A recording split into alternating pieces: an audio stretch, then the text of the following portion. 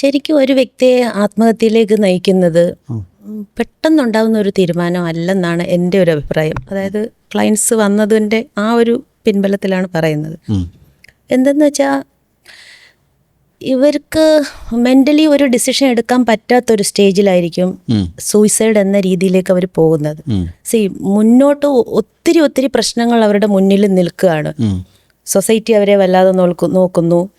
ഒപ്പം അതിഭീകരമായിട്ടുള്ള കുറ്റബോധം, മുന്നോട്ട് എന്ത് ചെയ്യും എന്ന് അറിയാൻ വയ്യാത്ത ഒരു സിറ്റുവേഷൻ, മെൻ്റലി അവർ മൊത്തത്തിൽ ഡിസ്റ്റർബ്ഡ് ആയിട്ട് നിൽക്കുന്ന ഒരു സാഹചര്യമായിരിക്കും.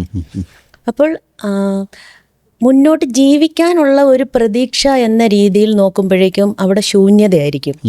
പക്ഷേ രണ്ട് ഓപ്ഷൻ എടുക്കാൻ അവർക്ക് മനസ്സിൽ തോന്നും പെട്ടെന്ന് തന്നെ. എന്താ, ഞാൻ ജീവിക്കണോ അല്ലെങ്കിൽ ഞാൻ എൻ്റെ ജീവിതം അവസാനിപ്പിക്കണോ? അപ്പോൾ ഇത്രയും പ്രശ്നങ്ങളുടെ ഇടയിൽ നിൽക്കുമ്പോഴേക്കും ഒരു വ്യക്തിക്ക് ജീവിച്ച് കാണിക്കുന്നതാണ് പ്രയാസം. മറിച്ച് ഇത് എൻ്റെ ആക്കുക അല്ലെങ്കിൽ അവസാനിപ്പിക്കുക എന്നുള്ളതെന്ന് പറയുമ്പം ഏറ്റവും എളുപ്പമാണ്. അപ്പോൾ ഇങ്ങനെ ഡിസ്റ്റർബ്ഡ് ആയിട്ടിരിക്കുന്ന ഒരു വ്യക്തിയുടെ മനസ്സിൽ ഉണ്ടാവുന്ന ഒരു ചിന്ത എന്ന് പറഞ്ഞാൽ, ഞാൻ ഇത്രയും പ്രശ്നങ്ങൾ അല്ലെ മെൻ്റലി ഇത്രയും ഡിസ്റ്റർബ്ഡ് ആയിട്ട് ഇമോഷണൽ എക്സോഷനായിട്ട് എനിക്ക് ജീവിച്ച് കാണിക്കുന്നതിലും എത്രയോ എളുപ്പമാണ് എനിക്ക് പെട്ടെന്ന് തന്നെ എൻ്റെ ജീവിതം അവസാനിപ്പിക്കുന്നത്. ഈ ഒരു സാഹചര്യത്തിലാണ് അവർ പെട്ടെന്ന് ആത്മഹത്യയിലേക്ക് പോകുന്നത്.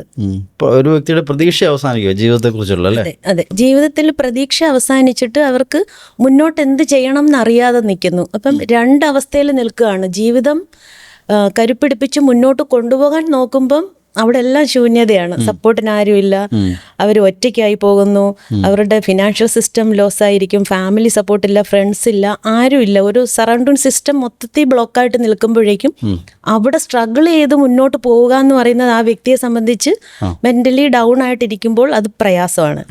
മറിച്ച് അവന് എളുപ്പം എടുക്കാൻ പറ്റുന്ന ഒരു തീരുമാനം എന്താണ്?